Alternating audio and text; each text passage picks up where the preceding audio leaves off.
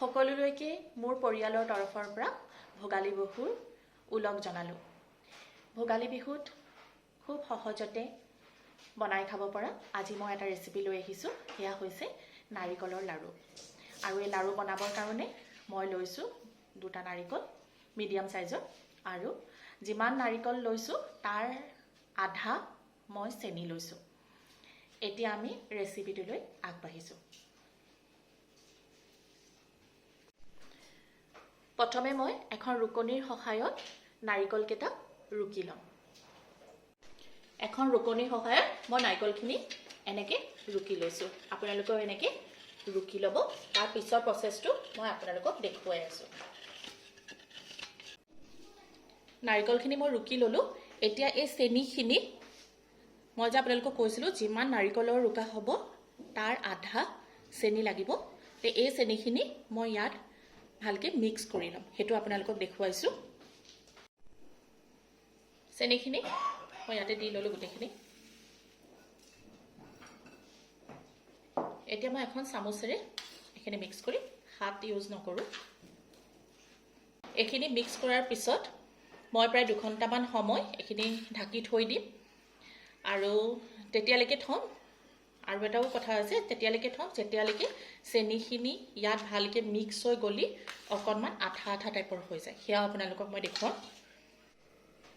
এয়া চাওক 2 ঘণ্টা থৈ দিয়াৰ পিছত চেনিখিনিৰ পৰা ৰস ওলাব আৰম্ভ হৈছে। এয়া দেখিছে ৰস ওলাই গৈছে। এনেকুৱা পৰ্যায়লৈ হ'ব লাগিব, তেতিয়াহে এখিনি জোখৰ হ'ব। সেইকাৰণে আপোনালোকে 2 ঘণ্টা 3 ঘণ্টা সময় এনেকে থৈ দিব। এতিয়া মই এখিনি কেৰাহীত ভাজি লম। এইখিনি মই এনেকে জুইটো একদম লো ফ্লেমত দি এনেকে লৰাই আছো। আৰু এইখিনি কন্টিনিউয়াছলি মই লৰাই থাকিম। যদি লৰাই নিদো তেতিয়াহলে তলত লাগি ধৰিব। সেইকাৰণে আপোনালোকে এনেকে কম জুইতে এইখিনি ভাজি থাকিব।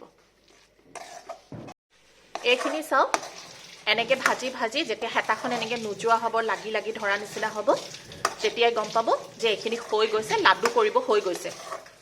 এতিয়া এইখিনি মই এখন থালত উলিয়াই লম। উলিয়াই এইখিনি মই লাডু কৰিম।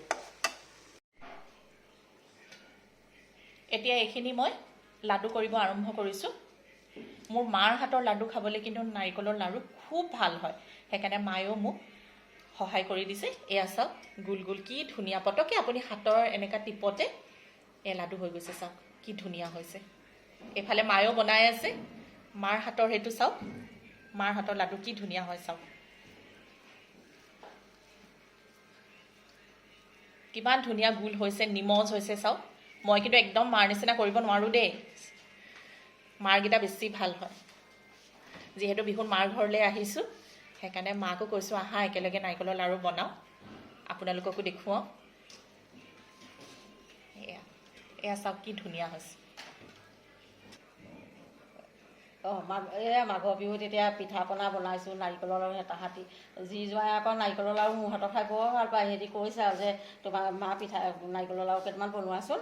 মই অকণমান তাইকো দেখুৱাই দিছোঁ, তাই পাৰিছে কৰিব। সেইকাৰণে এয়া বনাইছোঁ। আপোনালোকেও চাওক, আপোনালোকৰ পৰিয়ালক এনেকৈ খুৱাব, সিহঁতিও ভাল পাব। আটায়ে আপুনি বিহু দিও ভাল পাব, খায়ো ভাল পাব, আটায়ে সুখীও হ'ব, খাব ভালকৈ। মাঘৰ বিহু শুভেচ্ছা মোৰ ফালৰ পৰাও যাচিলোঁ আপোনালোকক।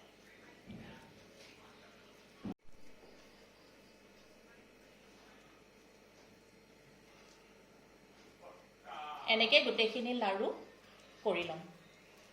আৰু আপোনালোকক একদম ফাইনেল প্লেটিং দেখাম।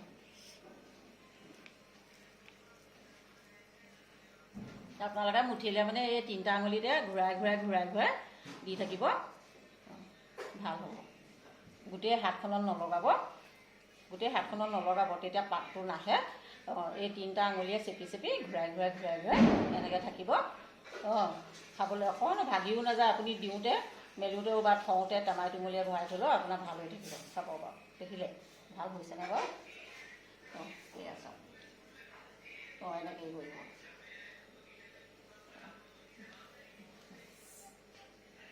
এয়া চাওক, চাফাও হৈছে, মিহিও হৈছে। 2টা মিডিয়াম সাইজৰ নাৰিকল আৰু প্ৰায় 1 পোৱামান চেনিৰ সৈতে ইয়াত চাওক 30টামান নাৰিকল লাড়ু ৰেডি হৈ গ'ল। ইয়াত মোৰ মাৰ হাতৰ পৰশ আছে, সেইকাৰণেহে দেখিবলৈ ইমান ধুনীয়া হৈছে। আৰু টেষ্টটোতো ক'বই নালাগে, মই কিন্তু এটা টেষ্ট কৰি খাই চালোঁ দেই, খুব ভাল হৈছে। পুনৰ আপোনালোকলৈ ভোগালী বিহুৰ শুভেচ্ছা জনাই আজিলৈ আহিছোঁ। ধন্যবাদ।